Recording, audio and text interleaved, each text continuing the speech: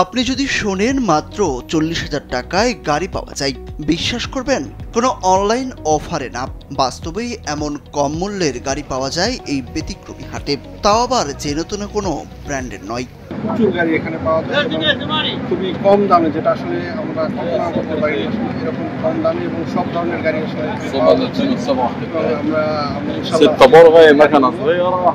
অনেক বড় হাট আসলে এটি গাড়ি, এবং এটি সপ্তাহে আসলে 3 দিন বসে, যেটি আসলে খুবই প্রবাসীদের জন্য, বিশেষ করে প্রবাসীরা কম দামে গাড়ি কিনতে চায় তাদের জন্য আসলে এই মার্কেটটি আসলে খুবই ভালো একটি মার্কেট।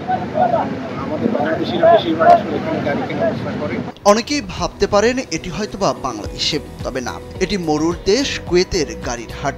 জীবন অবাক না করলে কে করবে? 28% মিল্ক ফ্যাটের অবাক করার সাথে ফ্রেশ মিল্ক পাউডার। জীবন অবাক করুক প্রতিদিন। প্রতি শুক্রবার ও শনিবার দুপুর গড়ানোর সঙ্গে সঙ্গে জমে ওঠে এই বিশেষ বাজার। পুরাতন গাড়ি কিনতে দলে দলে লোকজন আসে, তবে সবাই যে গাড়ি কিনতে আসে এমন নয়। কেউ গাড়ির দামপত্র যাচাই করতেও আসেন। জমজমাট এই বাজার দেখলেই মনে হয় যেন এক উৎসবের মঞ্চ।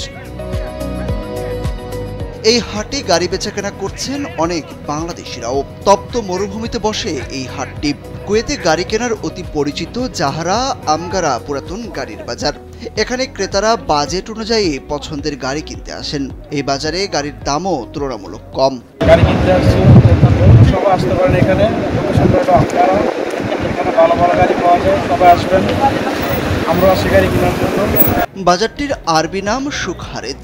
কুয়েতের বিভিন্ন প্রান্ত থেকে আসেন ক্রেতা বিক্রেতারা। এই বাজারে 100 দিনারেও পাওয়া যায় পুরাতন গাড়ি, যা বাংলাদেশি মুদ্রায় প্রায় 40,000 টাকার মতো। তবে বেশি দামের গাড়িও আছে।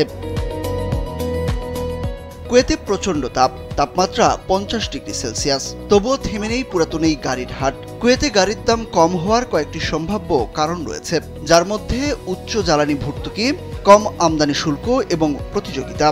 এছাড়াও তেল নির্ভর অর্থনীতি এবং গাড়ির চাহিদার কারণে বিক্রেতারা প্রায়ই বিভিন্ন অফার এবং ডিসকাউন্ট দিয়ে থাকেন, যা গাড়ির দাম কমিয়ে দেয়।